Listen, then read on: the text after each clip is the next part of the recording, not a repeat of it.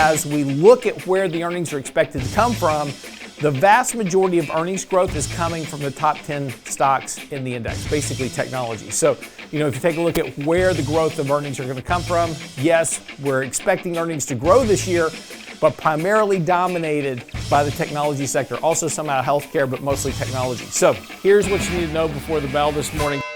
We are about to start earnings season next week. We're going to start getting earnings reports for quarter four. Now, quarter four earnings had the sharpest reduction in earnings estimates that we've seen in quite some time. There's a very, very sharp drop. Almost $8 a share in estimates was the decline in just the month of December. So a very, very sharp decline. And so that's lowered that bar a lot for companies to beat estimates.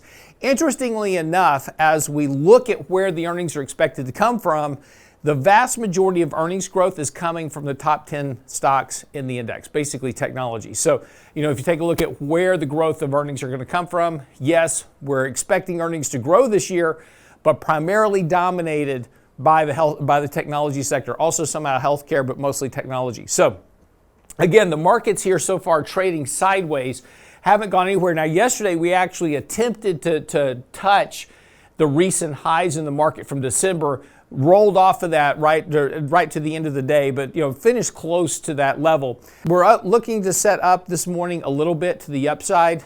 We're up about 4 points on the S&P. Again, everything's going to hinge right now on this CPI report this morning.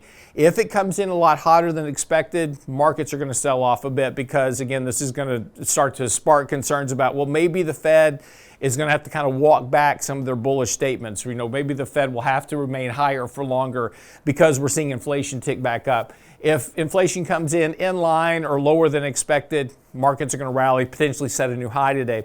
So, again, that's going to be really kind of the driver of the markets today, more than anything else, is going to be the CPI report this morning and then what that potentially alludes to relative to what the Fed is going to be doing. And again, this is one of the problems of the markets that we have now, is that we no longer really operate on fundamentals. It's all about what's the Fed going to do. Is the Fed going to hike rates? Are they going to lower rates? Are they going to stay higher for longer? That's just the market we're in. We've got to deal with it for right now. But again, the markets here are doing absolutely fine. As we noted yesterday, we're staying right above the 20-day moving average. That 20-day moving average is on the rise. That's keeping stocks elevated. We're still in a bullish trend at this point. But again, there's certainly some risk here. We're still on a sell signal, still fairly elevated. So again, upside is probably somewhat limited at this point. But there's still the potential here for the markets to kind of gyrate here a bit more. That's what you need to know before the bell this morning.